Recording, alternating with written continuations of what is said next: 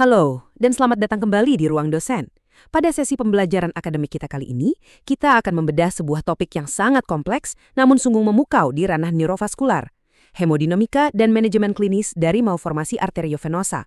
Kita akan membongkar bersama proses fisika di balik anomali ini, melihat bagaimana biologi seluler meresponsnya, dan tentunya bagaimana kita mengaplikasikan ilmu murni ini secara nyata dalam praktek bedah klinis.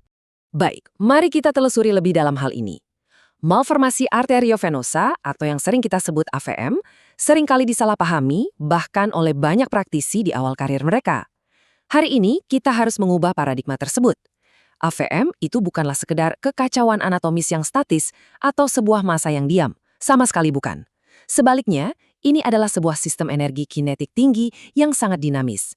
Melalui hukum mekanika fluida, sistem ini secara terus-menerus merombak dirinya sendiri beserta jaringan otak di sekitarnya.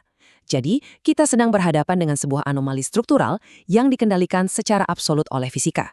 Untuk menguasai patologi ini secara sistematis, kita akan mengikuti alur berikut. Kita mulai dari anatomi dan anomali AVM, dilanjutkan dengan fisika hemodinamika nidus, lalu mekanotransduksi dan respons seluler. Setelah itu kita masuk ke diagnosis canggih berbasis biofisika, strategi manipulasi hemodinamika, dan kita tutup dengan terapi masa depan AVM. Mari kita mulai dengan bab pertama, anatomi dan anomali AVM. Kita akan melihat patologi strukturalnya. Untuk memahaminya, mari kita gunakan analogi sirkuit listrik. Dalam sirkulasi yang normal, jaringan kapiler kita itu berfungsi layaknya resistor sistemik yang sangat vital. Kapiler-kapiler ini bertugas mengerem atau menurunkan tekanan darah sistemik dari arteri sebelum darah tersebut masuk ke sistem vena yang dindingnya jauh lebih tipis dan rentan. Nah, masalahnya, pada AVM, nidus bertindak sebagai korsleting atau arus pendek yang sangat berbahaya. Nidus adalah sebuah shunt patologis yang sama sekali tidak memiliki jaringan kapiler. Akibatnya, terciptalah sebuah sirkuit dengan resistensi yang sangat rendah dan aliran yang luar biasa tinggi. Darah bertekanan tinggi langsung menghantam vena tanpa ada peredam sama sekali. Hal ini membawa kita ke bab kedua, fisika hemodinamika nidus, di mana kita melihat fisika fluida dalam aksi nyata. Disinilah fisika klasik benar-benar menunjukkan taringnya dan mendikte lingkungan destruktif di dalam nidus secara absolut. Pertama, kita melihat hukum Poiseuille. Hukum ini menjelaskan bahwa debit aliran itu berbanding terbalik secara eksponensial dengan resistensi perifer.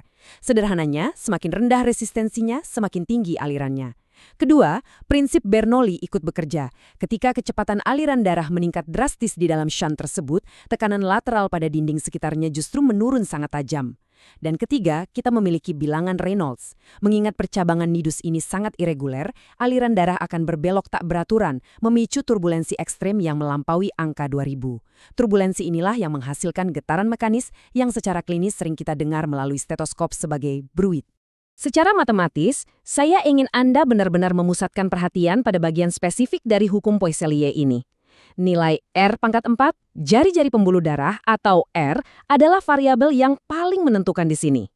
Secara logis, karena resistensi berbanding terbalik dengan R⁴, maka peningkatan yang sangat-sangat kecil saja pada jari-jari arteri penyuplai akan menghasilkan lonjakan aliran darah yang eksponensial. Itulah alasan utama mengapa pembuluh darah feeder ini terus mengalami ektasia dan hipertrofi seiring berjalannya waktu. Ini murni sebuah respons struktural terhadap fisika matematika yang tidak bisa dihindari. Menurunnya tekanan lateral akibat prinsip Bernoulli yang baru saja kita bahas tadi menyebabkan sebuah fenomena fatal yang kita sebut vascular steal phenomenon atau pencurian vaskular. Ini adalah kondisi di mana terjadi iskemia fungsional pada jaringan otak sehat di sekitarnya. Mengapa bisa begitu? Karena darah kita pada dasarnya selalu mencari jalur dengan resistensi paling rendah. Darah secara beringas dialihkan masuk ke dalam shunt AVM. Akibatnya, jaringan sehat di sekitarnya secara harfiah kelaparan karena tidak mendapatkan asupan darah dan oksigen yang memadai. Sekarang kita beralih ke skala mikroskopis di bab ketiga, mekanotransduksi dan respons seluler. Lalu, bagaimana pembuluh darah merespons kekacauan fisika ini? Ini membentuk sekuensi biologis sebab akibat yang sangat ketat. Pertama, mekanoreseptor pada dinding endotel mendeteksi adanya wall shear stress atau tegangan geser dinding yang kronis. Kedua, stres mekanik ini mengaktifkan jalur sinyal yang meningkatkan pesat ekspresi protein seperti VEGF dan MMP9. Ketiga, Enzim MMP9 ini mulai merusak atau mendegradasi matriks ekstraseluler yang mengakibatkan penipisan progresif pada dinding vena.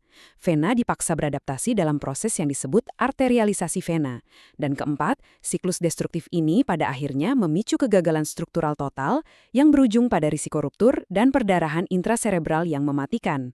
Menambah tingkat bahaya dari kegagalan struktural tadi, aliran turbulen di dalam nidus secara aktif memicu infiltrasi makrofag serta pelepasan sitokin proinflamasi kronis seperti IL-6 dan TNF-alfa. Proses peradangan yang tiada henti ini melucuti integritas struktur nidus. Jadi, ini murni tentang kegagalan mekanis. Nidus perlahan berubah menjadi struktur yang sangat rapuh.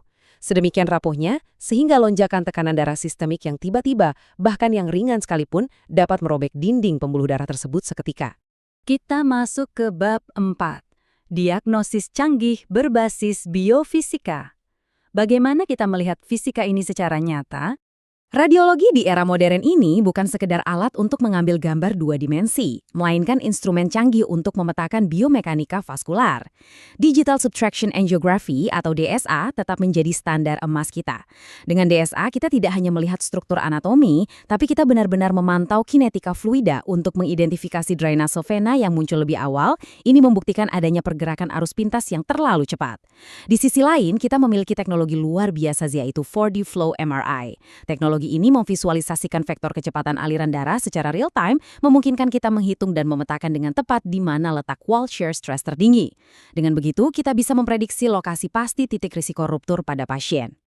Lanjut ke bab 5, strategi manipulasi hemodinamika, di mana kita membahas intervensi klinisnya. Jadi, poin krusial yang harus kita sadari adalah setiap bentuk terapi bedah pada hakikatnya adalah manipulasi terhadap hemodinamika. Pada teknik embolisasi, agen cair disuntikan murni untuk menyumbat dan secara drastis meningkatkan resistensi dalam nidus. Namun, tantangannya adalah peningkatan tekanan balik mendadak yang justru bisa memicu ruptur saat prosedur. Kemudian ada stereotactic radiosurgery atau SRS. Metode ini menyebabkan penebalan intima bertahap yang mengecilkan radius pembuluh darah. Kelemahannya, ada masalah tensi panjang antara 1 hingga 3 tahun di mana pasien tetap berisiko mengalami perdarahan. Dan terakhir, bedah mikro atau reseksi. Teknik ini mengkoagulasi arteri penyuplai untuk mengisolasi nidus secara fisik. Namun tantangan terbesarnya, mengendalikan apa yang disebut NPPB. Fenomena NPPB ini sangat krusial. Normal Perfusion Pressure Breakthrough adalah mimpi buruk pasca operasi bagi setiap ahli bedah saraf.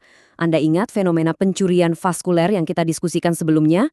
Karena aliran darah selalu dirampas oleh AVM, jaringan otak di sekitarnya terpaksa melakukan vasodilatasi kronis secara ekstrim agar bisa bertahan hidup.